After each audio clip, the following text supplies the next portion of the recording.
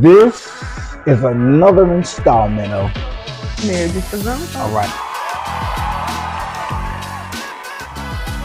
First of all, let us, will you thank everybody who's followed and subscribed and shared? Come on, we got some We support. definitely appreciate all of the support and the love and the messages.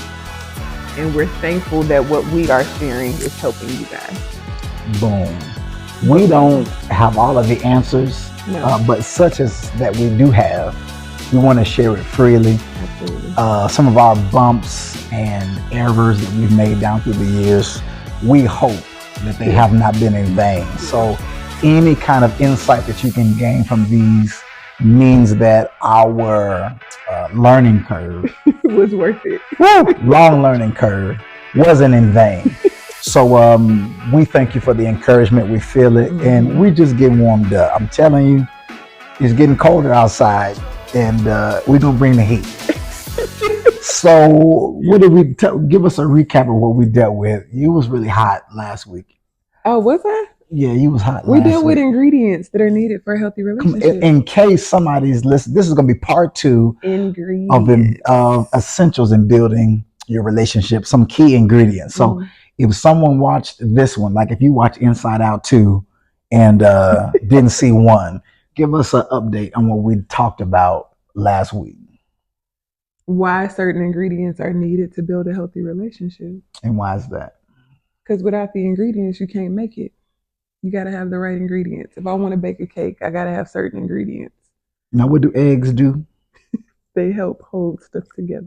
Now, my baking teacher, tell me if this is right or wrong or not. We didn't practice it. She said that eggs were the leavening agent. Is that okay? Is that yes? All right. Right. I don't know what that means, but they leaven. It's the thing that holds it together. Okay, they leaven.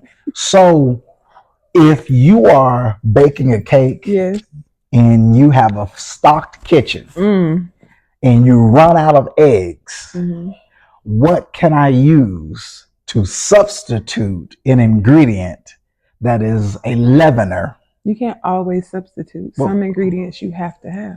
You messing up. But is there something I can use? Really not. If you cottage cheese. No. Give me a substitute for something. Is there something that I can substitute another ingredient for if I don't have it in my kitchen? I mean, there are certain things that can be substituted, but when you are baking, there are certain ingredients that you cannot change and out. You can't skip over them. Right. It's the same thing with a relationship. There are certain ingredients that every relationship has to have, but every relationship is not going to look the same. So some will look different.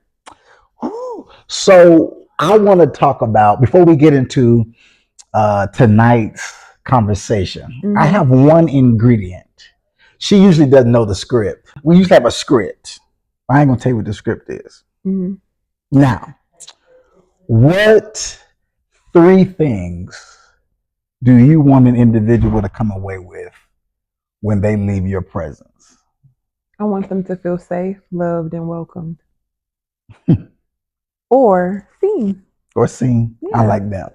My 3. Oh, you're not gonna let me ask you to hop in here. Oh, okay. Okay, so what are your 3? Wait, hold on. Let me sit on the couch. I'm sitting on the therapy couch. What are 3 things that you want people to leave your presence feeling? I'm so glad you asked. I was not prepared for the answer, but let me get on my nerves. I want you to receive insight. Okay. I want you to feel safe, either for me to be vulnerable, or for you to be vulnerable, or vice versa. Or both.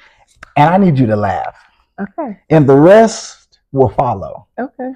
So I think that the reason why I ask that question is because I think that when individuals or couples sit down with us or talk to anybody who's sharing, that there are just some essentials that are required for progress to be made. If a person is defensive for whatever reason, those defenses have to be let down, if you will. So I don't really think that in our relationship that progress can be made if there's a lot of defense up. Right. Would you agree or disagree? I agree. How long in the area, last week you talked about quality time. Quality time. But besides that, how long do you think it took for you to let your main guard down? what had to happen, either on my end or your end, for your defenses to come down to begin relationship with another person, with me? You just were very different than anyone that I had ever been in a relationship with. So honestly, it wasn't hard for me to let my guard down with you because I was so curious. I wanted to know more. Here you go. Okay. Here you go. Okay. Don't start. So you agree or disagree? You agree that I do believe that you have to be disarmed first before you're really going to enter into a healthy relationship. yeah. Now, if you just want a toxic relationship, y'all can just both keep your guard up the whole time and not move anywhere. And the babies keep coming. Mm-hmm. Now, I think we mentioned this last week. I can't remember. You can give the appearance and the imagery that your relationship is moving forward with the acquiring of things, moving, new jobs, new cities, etc., new hairstyles, new clothes, pictures, trips, new Instagram stories. But if there is a large degree of defense, if there are secrets, if there are things that are tormenting you that I know not of, or vice versa, of your mate, then we're really not building horizontally, where the foundation is not being built out. We're looking like we're happily together. So I just think that it's important that you be able to get naked and I be able to get naked emotionally. Exactly. So that real building can start, because you don't know what's in there. You was getting ready to say something. The picture that came to mind when you said that is like something with a small foundation trying to be built really high. It's gonna wobble and like fall. It can't stand. But if you take the time to really lay out the foundation, then you can build up like you're really wanting to. Why do you think, what's one of the reasons why we don't, in our culture, in our age group, whoever's listening to this, why do you think that foundation is lacking in the areas that it's lacking? Give me one. Because foundation is not flashy. Foundation is not acquiring stuff. Foundation is time consuming. It requires effort, energy, time. And people really don't want to invest that in the relationship. They rather be like, oh, come on, let's take a picture. Okay, for the gram. Wait, you ready? Okay, like this. Wait, come on, let's get. Come on, you gotta lean in this way. We need the lighting. Okay, like this. But we not caring about what's going on when the camera is off. We more concerned about what we look like when the camera is on. Yeah. And it's like, well, we're really robbing each other of joy, of opportunity to have like a true lasting relationship, because we so worried about what everybody else thinks. So you're saying if I'm jealous and I'm trying to make the men who I think want you get out of your DMs or whatever, you're saying that me posting a picture with you is not going to run them off? I don't know. The question is, why are they there? And am I giving them access to me? So, because the picture don't matter. You know, like people are going to be people. Humanity is going to be humanity. It's really my response to the people that decide to come in my DMs. It's not the fact that somebody is in my DMs. So there's no shortcut to dealing with whatever foundationally is broke in me, whatever's foundationally broke in you. Does that make sense? Is that no shortcut? Okay, I'm just so there. If you want a healthy relationship, there is no shortcut. You got to do the what? You got to do the work. Because marriage is for who? Grown folks. Okay, I just want to make sure we had the same audience. You know, the same grown folks that get up and go to work every day. Why we go to work? Because we're trying to accomplish something. Okay. Now this is the meat. Margaret, y'all ready? So this is a key ingredient that we got to discuss. We're gonna calm it out. We got the next 30 minutes to get live in here. Oh Lord. I think that one of the key components that is necessary, that is missing in a lot of relationships, is I think that we're trying to build with people who are no longer at the job site. Ooh. So I think that we're referencing people in our life or in our history, in our current relationship, that are no longer in the building site. So like if I have 5 different people that have injured me before you, 5 different women, 5 different men, and I'm entering to this relationship with you presently to build from now to the future. But I've got 5 people I'm bringing with me, and you got 6, you got 4. We're trying to build, but we don't have the necessary parties in the, you see what I'm saying? So let me ask you like this. It's like if they find a dead body on a construction site, everything got to stop. Because now they got to excavate the body, investigate for any residual. Who else might be in there? In the cause of death. Everything is on hold till that's dealt with. So this is why I think this is so important. We getting ready to dig now. If you're a couple and you're watching this, if you're single and you're watching this, and you got somebody who you're thinking about getting with, if you've been married double digits and you haven't had this conversation, this is an exercise that I think that you could use for your relationship.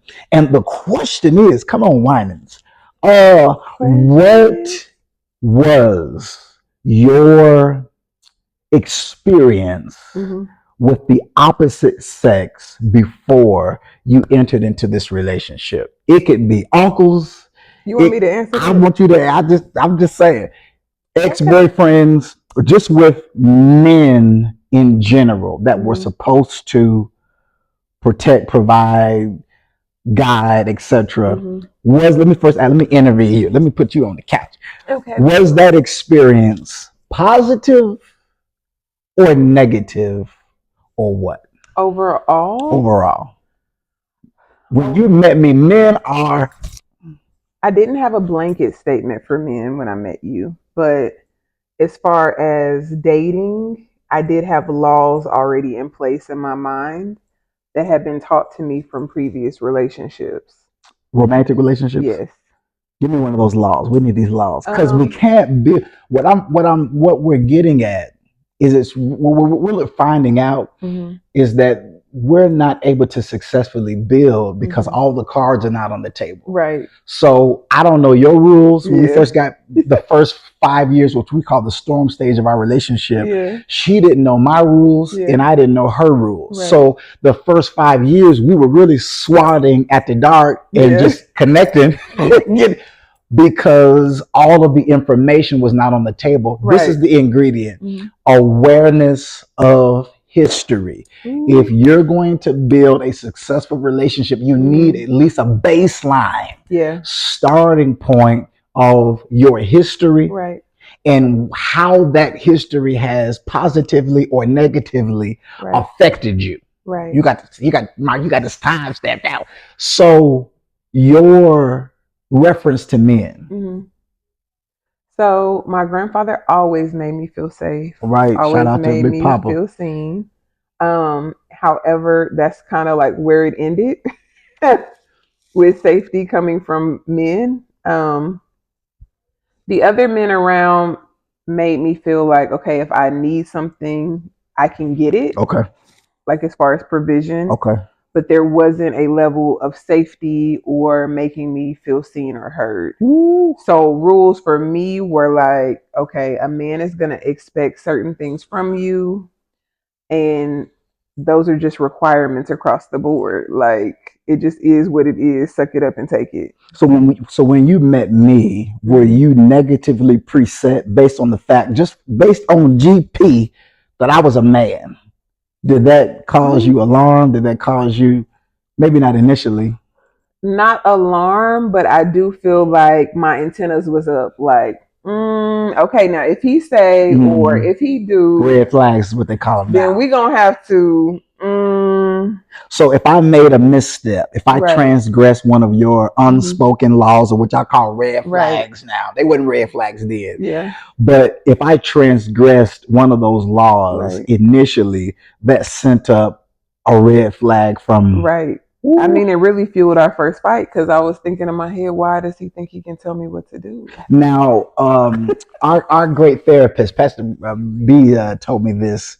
She said that anything that is hysterical is historical. any response to an event that is bigger than the event itself, it implies that what is really been hit is something that is old. Something in your history. That makes sense. So, because I lost it. Did you lose it? Did you want to share? So this is the Quite question. Embarrassing now, but I definitely lost it. I lost it too. We together. So this is the question that I want you to ask yourself. This is the question that we're asking you to ask yourself and to ask your mate. Did providers provide? Did nurturers nurture? Did protectors protect? Did shepherds shepherd? Did discipliners, did they provide discipline? Did informers inform? Did explainers explain? Did the people that were supposed to provide their role, did they provide it? You ain't got to answer. Well, I will answer it though. I would say no, but I think it's because no one provided it to them. Oh. So they didn't even have the tools to give me what I needed for my tool belt. So you trying to build and you saying you didn't have the adequate tool belt. Screwdriver, we ain't got a hammer. Somebody hand me a Phillips. Who is Phillips? We digging in empty tool belts like, where's the stuff at? Who got the? So we're trying to build. Don't know what, don't have an example. Don't have a blueprint. Don't have a blueprint. We already asked. Right. Don't have a blueprint. don't possess. Now it's one thing to build and you got to rent the tools. Y'all probably ain't never worked. I've worked on a project with some men who, if they didn't have the tool, they had to go and rent it, which is a headache within itself. Yeah. So not having a blueprint. Okay, what'd you say? No blueprint. No blueprint. No tools. No tools. No tool belt. And then no one who actually knows how to build. So no coaching. Now the coaching piece. There was no foreman to be like, why are you doing it like that? You really need to be doing it like this. Wait, that's not level. We need to do that again. And the foremans that are available, y'all don't like them because y'all don't want nobody telling you what to do. I can't hear nobody. So so we ain't all without excuse. But I think this is so key because we struggle with this for years, and we've talked to individuals and couples who have made this mistake. No blueprint, no tools, no guidance, and we're just kind of floating through, accruing debt, freestyling instead of taking the time to say, wait, I don't know how to build this, but I want to know how to build this. Let me go educate my spirit so I can build this. Now wait, you said something. Because while we were trying to figure it out, while you may be trying to figure it out, this is the ugly part to that is that the longer we're spinning our wheels in the mud, the longer we're mashing on the gas, you're balding your tires out. But you're digging yourself deeper in that hole, and you're causing injury to the other person. Right. So I'm giving you a black eye, you giving me a black eye, and we are losing virtue by not reaching. There was a time in our relationship, and if need be, we'll still do it, where if I can't hear you or you can't hear me, what's that man's name, the white man on Who Wanted to Be a Millionaire? What's the man's name? Oh, I don't remember. Oh, Lord. He said you had the option to phone a friend. Yeah. So if your relationship is to the point where it's stuck and you can't hear the other can't hear you, it might be appropriate for you to phone in someone who's a trusted non-biased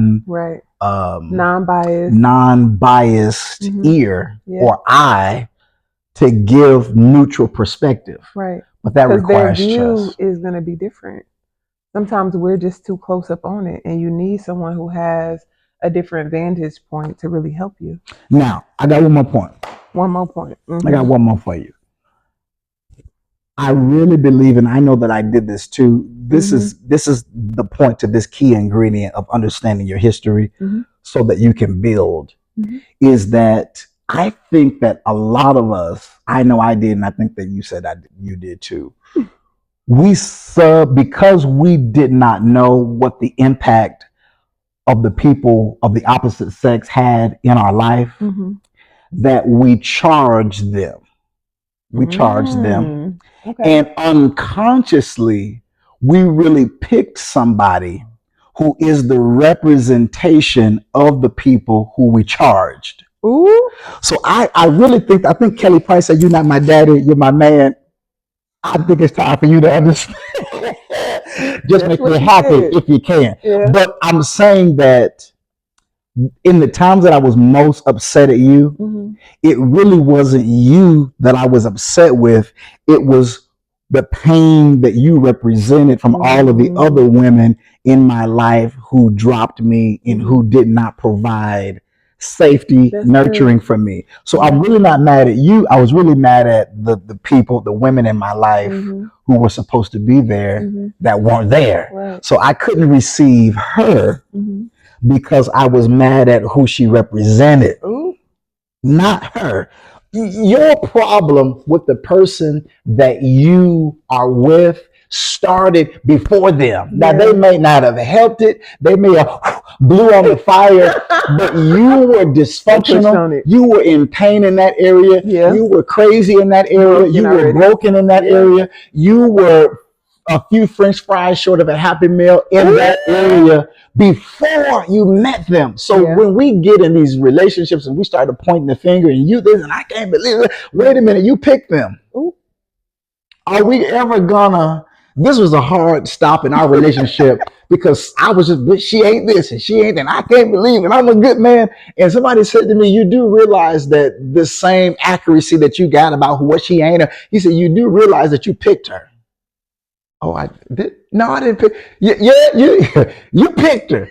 The man that you don't like. I didn't pick him. He picked. Oh, don't you? Come on, now, don't you do it? You gotta give him. So, can you identify with that to the degree that?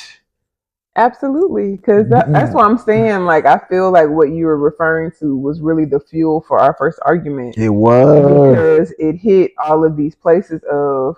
First of all, I've never had a man to try to stand up and tell me what to do, nor have I seen that modeled in front of me. So, red flag. Yeah, what's going on here? Okay, tell them for those who didn't see that episode, you got to tell them what our first. I mean, it's only. Come on, let me know. Wait a minute, I got a better mic. This is that mic not picking. My that mic's not picking. Yeah, my face. Yeah, that mic's not working, so I brought my own. Okay, well, let's go. Our first argument, guys. Yes, sir. So, which when I say it's so embarrassing now to think about, because you know how they say hindsight is 20/20. So we're freshly married. I mean, maybe a week or two. Freshly married. New car scent was still on the marriage. Yes. And he goes, "I'm gonna pay the bills, but I want you to buy groceries with your check." And that sounds like a good plan. Absolutely. Sounds amazing, especially in these times, right?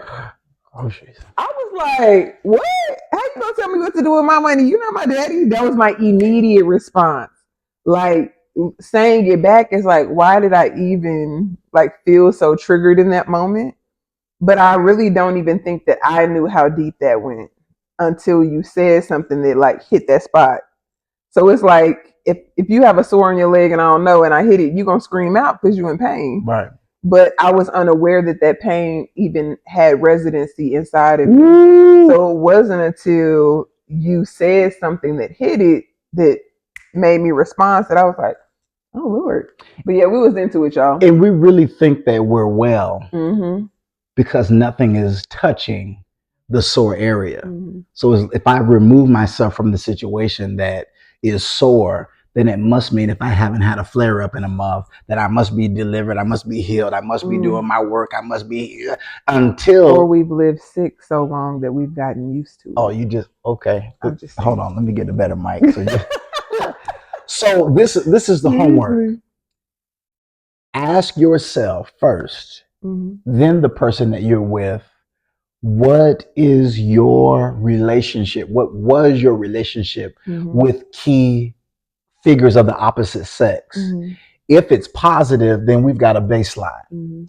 But I think that a lot of us, especially us who grew up in dysfunction and people trying to get it the best way that they knew how, there were some key moments that were missed because the people who were raising us were trying to live life and they was dodging hits and trying to figure it out. So I don't think there's any shame on anyone. There's no finger to point, but we're trying to figure out what happened to you. Right.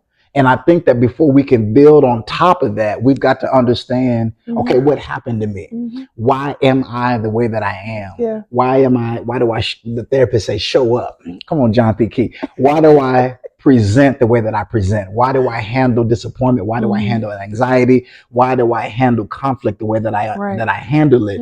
And it could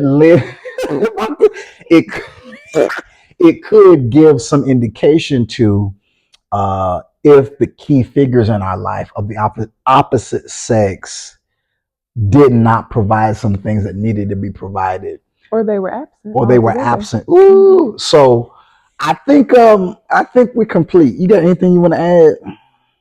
I feel like when you ask yourself those questions, you can't be in a rush. Yeah. Because by default, we learn how to live over it. Yeah.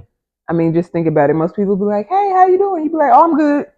You don't even pause to really like assess how you feel. Oh God. So it's easy to be like, "Oh, I ain't got no problem with men," or "I ain't got no problem with women." But just look at the people that you picked. If this is to your point, this is a really good indication to determine whether or not you picked from a healthy place or an unhealed place. Just look at the quality and the caliber of your choices. Ooh. You chose violence. I want the smoke tonight. Smoke detectors go. So if you say that your experience with people of the opposite sex platonically is healthy, that all of your boxes in your formative years were checked, that providers were provided, that nurturers nurtured, that the people who were supposed to provide care and safety provided it, why are your notches on your belt all toxic? Ooh. Why is you chose violence? I want all the smoke tonight. I don't have asthma. I want it tonight. Because we've got to ask these hard, because I think that when we self-assess based on in the moment, how you feeling? I feel good. I feel good. But your picks are bad. Yeah. You can't tell me you understand sports and your fantasy. You didn't pick a whole bunch of poor players. No. When you are healed, when we're healed, not only are we healed, but we choose from a healed place. There's just some bull we ain't gonna tolerate when you get healed. But when we're not trying to play Captain Save, Jesus died, so I'm not gonna lay down my life. Oh, please. Yeah, he already laid his down. No, I'm getting my coat and my hat. So that's a good question to ask. If you're unaware of if the people who were supposed to provide what they were supposed to provide in your childhood, etc., just look at the inventory of the people that you picked and why you tolerated what you said was toxic. And it's like the little yes no questions, right? So if you get in yes on, oh yeah, everybody did everything I needed them to do, then you need to go to, okay, now let me see my track record though. Like, who was I dating? Why did I choose them? What did I think that I was going to provide for them? What did I think that they were going to provide for me? Like if I got with everybody and was like, oh, I can fix them, I can make them better. Why did I feel like I needed to go into a relationship doing that instead of getting into a relationship that I felt like we could both contribute to? Oh, okay. So I was about to say something to get me in trouble. So I think this is good. We got to ask ourselves, what we remember the first one? Our history. How did our history impact us? How did our history impact how we present in our current relationships? And an assessment of, am I healed? What's the baseline of my foundation? How we can identify, one way we can identify is what we've chosen in the past. If you believe that you're a good picker, if you're a good judge of character, if you choose who can be in your space emotionally, mentally, etc., just look at the company that you have entertained. It will really give a good indication. It's like the stats on the back of your baseball card. I'm just saying. That RBI. So we can really, an autopsy can really determine cause of death. Right. Even if somebody killed a body and laid it out in the field for a week, we can just by what bugs have decomposed the body the story can be told. Absolutely. So to your point, if we take time to move through this slowly and we're really not looking for the blame game, we're not looking to figure out who's wrong. Right. We're looking to figure out what happened so that we know what needs to be healed, so that we know how to articulate that to the person that we're with, but primarily for ourselves. Successful people learn from their failures. Oh, God. Can I give you one more since we're just throwing out one-liners? Yeah. My brother said that safety is equivalent to predictability. That how we equate safety is a level of predictability, of normalcy. So already, if you grew up in a crazy environment and you didn't know what was coming through the door every night, if you didn't know where your food was going to come from, if you grew up in scarcity and there's trouble in your relationship, we can't go shopping to fix that. We can't knock boots. We can't make love. We can't swing from the chandeliers to fix that. We've got to establish and identify, number one, what the scarcity was or is, how it presents itself in our adulthood, what we do to cover that up or what we do to manifest that. And then number three, what you need from that other person to help you walk through that. Otherwise, we ain't building nothing. So this is why we say it's for grown folks.